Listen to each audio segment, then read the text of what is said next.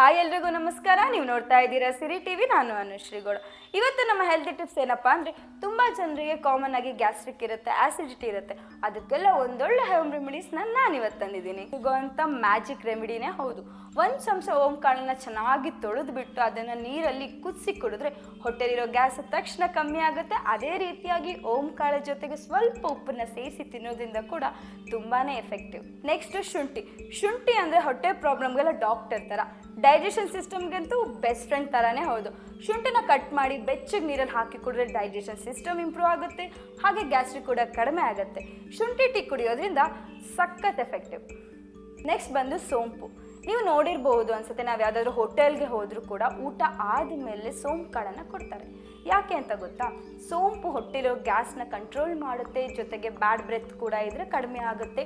ಅದೇ ರೀತಿಯಾಗಿ ಊಟ ಆದಮೇಲೆ 1 ಸ್ಪೂನ್ ಸೋಂಪು ಕಾಳನ್ನು ತಿಂದರೆ ಹೊಟ್ಟೆ ಫ್ರೀ ಆಗೋದ್ರ ಜೊತೆಗೆ ಡೈಜೆಷನ್ ಕೂಡ ಸರಿ ಹೋಗುತ್ತೆ, ಹಾಗೆ ಬಾಯಿ ಕೂಡ ಫ್ರೆಶ್ ಆಗಿರುತ್ತೆ. ಬೆಸ್ಟ್ ನ್ಯಾಚುರಲ್ ಡ್ರಿಂಕ್ ಏನಪ್ಪ ಅಂದರೆ ಎಳ್ನೀರು.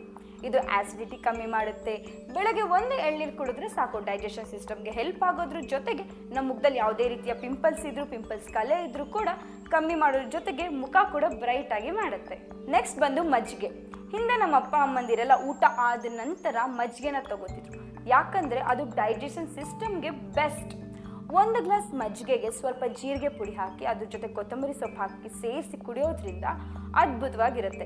ಜೊತೆಗೆ ಅದನ್ನ ಪರಿಣಾಮ ಏನು ಅಂದರೆ ಹೊಟ್ಟೆ ಉರಿ ಕಮ್ಮಿ ಆಗುತ್ತೆ, ಎದೆ ಉರಿ ಕಮ್ಮಿ ಆಗುತ್ತೆ, ಆಸಿಡಿಟಿ ಎಲ್ಲ ಕೂಡ ಕಮ್ಮಿ ಆಗೋದ್ರ ಜೊತೆಗೆ ದೇಹನ ಕೂಡ ಅತ್ಯಂತ ತಂಪಾಗಿರಿಸುತ್ತೆ.